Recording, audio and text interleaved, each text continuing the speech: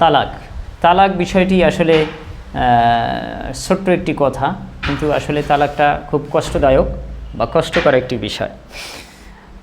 তালাক দিতে এসে অনেকেই প্রশ্ন করেন যে আসলে তালাকটি কিভাবে দেওয়া হয়, প্রসেসিং কী কী লাগবে, কতজন সাক্ষী লাগবে এবং এটা কতদিনে কার্যকর হবে।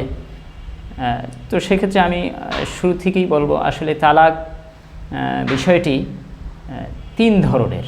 তালাকটি হলো তিনভাবে দেওয়া যায়। সেটি হলো, একটি বর তার স্ত্রীকে, কনেকে তালাক দিয়ে দিবেন, এই এক ধরনের তালাক, যেটা ভলিউমই ভিন্ন, যেটাকে বি তালাক বলা হয়।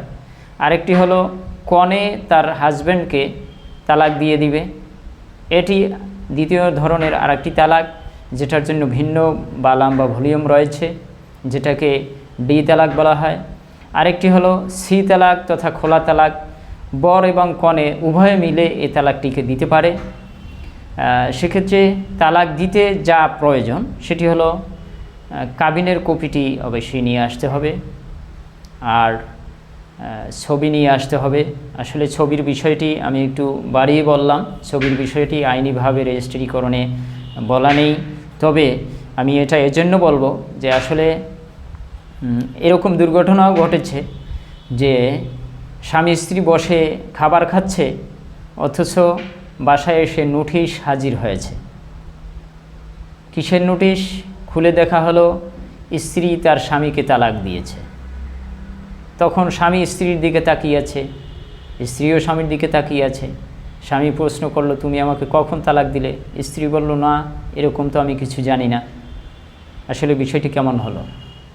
অন্য আরেকজন মহিলা, তিনি ওনার স্ত্রী সেজে, ওনার স্ত্রীর নাম ব্যবহার করে, নাম ঠিকানা দিয়ে ওনাদের তালাকটি প্রসেসিং করে গেছেন, তালাকের নোটিশ বাসায় এসে হাজির হয়েছে।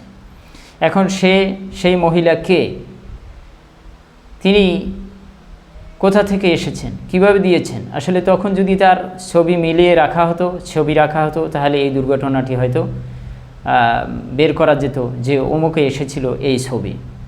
এজন্য আমি আসলে ছবিটির কথা বলেছি, যে যাতে এরকম দুর্ঘটনা না ঘটে যে একজনার স্ত্রী সেজে এসে সে তালাকটি দিয়ে চলে যাবে আর একটি দুর্ঘটনা বা একটি সমস্যার সৃষ্টি হবে, এরকমটি যাতে না হয় এজন্য ছবিকে আমরা এখন রাখার চেষ্টা করছি। খুব কষ্টসাধ্য না হলে আমরা ছবিটিকে রাখার চেষ্টা করি, যাতে এরকম সমস্যা থেকে এড়িয়ে থাকতে পারি। তাহলে আমি শুরুতেই বলছি, কাবিনের কপি, ছবি এবং ভোটার আইডির ফটোকপি অথবা নাগরিকত্ব যেটার দ্বারা প্রমাণ হয়, এরকম একটি কপি নিয়ে, এই কপিগুলো নিয়ে একটি তালাককে দেওয়া যায়। আর সাক্ষীর বেলায় রয়েছে, যিনি তালাক দিতে আসবেন তাকে শনাক্তকারী একজন এবং সাক্ষী দুইজন, এরকম টোটালে তিনজন সাক্ষীর সমন্বয়ে একটি তালাক কমপ্লিট করা হয়। আর খোলা তালাকের বেলায় টোটালে চারজন সাক্ষী, দুজন আর দুজন পরিচিতি, আর টোটালে দুজন সাক্ষী, এই টোটাল সর্বমোট চারজন সাক্ষীর সমন্বয়ে একটি তালাক সংগঠিত করা হয়।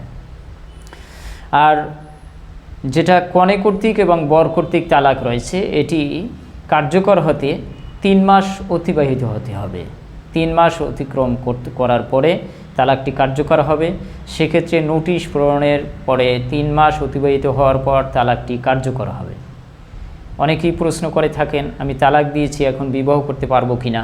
সেক্ষেত্রে অবশ্যই না। 3 মাস যতদিন না হবে অতদিনে আপনি তালাকের দিকে, অন্য বিবাহের দিকে যাইতে পারবেন না, তালাকটি কার্যকর হবে না।